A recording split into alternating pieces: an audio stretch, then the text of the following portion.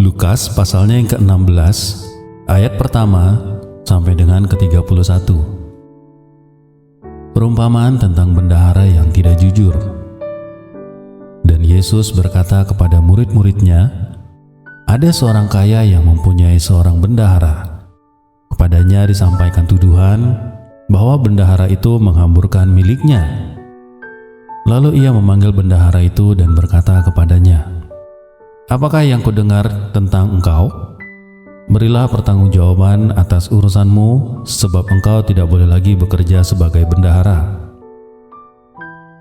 Kata bendahara itu di dalam hatinya, apakah yang harus aku perbuat? Tuanku memecat aku dari jabatanku sebagai bendahara. Mencangkul aku tidak dapat, mengemis aku malu. Aku tahu apa yang akan aku perbuat, supaya apabila aku dipecat dari jabatanku sebagai bendahara, ada orang yang menampung aku di rumah mereka. Lalu ia memanggil seorang demi seorang yang berhutang kepada tuannya.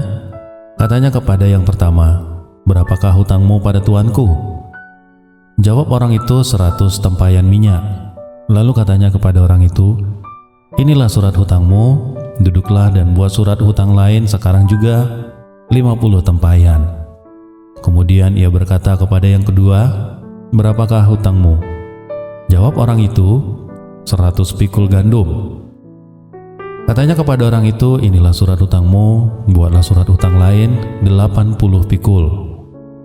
Lalu tuan itu memuji bendahara yang tidak jujur itu, karena ia telah bertindak dengan cerdik. Sebab anak-anak dunia ini lebih cerdik terhadap sesamanya daripada anak-anak terang. Dan aku berkata kepadamu, ikatlah persahabatan dengan mempergunakan mamon yang tidak jujur, supaya jika mamon itu tidak dapat menolong lagi, kamu diterima di dalam kemah abadi. Barang siapa setia dalam perkara-perkara kecil, ia setia juga dalam perkara-perkara besar. Dan barang siapa tidak benar dalam perkara-perkara kecil, ia tidak benar juga dalam perkara-perkara besar. Jadi jikalau kamu tidak setia dalam hal mamon yang tidak jujur, siapakah yang akan mempercayakan kepadamu harta yang sesungguhnya? Dan jikalau kamu tidak setia dalam harta orang lain, siapakah yang akan menyerahkan hartamu sendiri kepadamu? Seorang hamba tidak dapat mengabdi kepada dua tuan, karena jika demikian, ia akan membenci yang seorang dan mengasihi yang lain. Atau ia akan setia kepada yang seorang dan tidak mengindahkan yang lain. Kamu tidak dapat mengabdi kepada Allah dan kepada Mamon. Semuanya itu didengar oleh orang Farisi, hamba-hamba uang itu, dan mereka mencemoohkan dia. Lalu ia berkata kepada mereka, kamu membenarkan diri di hadapan orang, tetapi Allah mengetahui hatimu. Sebab apa yang dikagumi manusia, dibenci oleh Allah. Hukum Taurat dan kitab para nabi berlaku sampai kepada zaman Yohanes. Dan sejak waktu itu, kerajaan Allah diberitakan dan setiap orang menggagahinya berebut memasukinya. Lebih mudah langit dan bumi lenyap daripada satu titik dari hukum Taurat batal.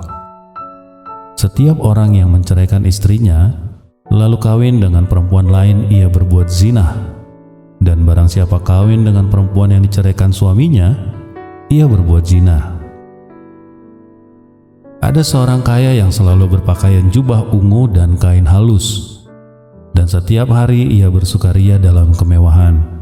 Dan ada seorang pengemis bernama Lazarus, badannya penuh dengan borok, berbaring dekat pintu rumah orang kaya itu, dan ingin menghilangkan laparnya dengan apa yang jatuh dari meja orang kaya itu. Malahan anjing-anjing datang dan menjilat boroknya. Kemudian matilah orang miskin itu, lalu dibawa oleh malaikat-malaikat ke pangkuan Abraham. Orang kaya itu juga mati, lalu dikubur. Dan sementara ia menderita sengsara di alam maut, ia memandang ke atas, dan dari jauh dilihatnya Abraham, dan Lazarus duduk di pangkuannya. Lalu ia berseru katanya, Bapa Abraham, kasihanilah aku. Suruhlah Lazarus supaya ia mencelupkan ujung jarinya ke dalam air dan menyejukkan lidahku, sebab aku sangat kesakitan dalam nyala api ini. Tetapi Abraham berkata, "Anak, ingatlah bahwa engkau telah menerima segala yang baik sewaktu hidupmu, sedangkan Lazarus segala yang buruk. Sekarang ia mendapat hiburan dan engkau sangat menderita. Selain daripada itu, di antara kami dan engkau terbentang jurang yang tak terseberangi, supaya mereka yang mau pergi dari sini kepadamu, ataupun mereka yang mau datang dari situ kepada kami, tidak dapat menyeberang." Kata orang itu, "Kalau demikian aku minta kepadamu, Bapa, supaya engkau menyuruh dia ke rumah ayahku, sebab masih ada 5 orang saudaraku, supaya ia memperingati mereka dengan sungguh-sungguh, agar mereka jangan masuk kelak ke dalam tempat penderitaan ini." Tetapi kata Abraham, "Ada pada mereka kesaksian Musa dan para nabi. Baiklah mereka mendengarkan kesaksian itu."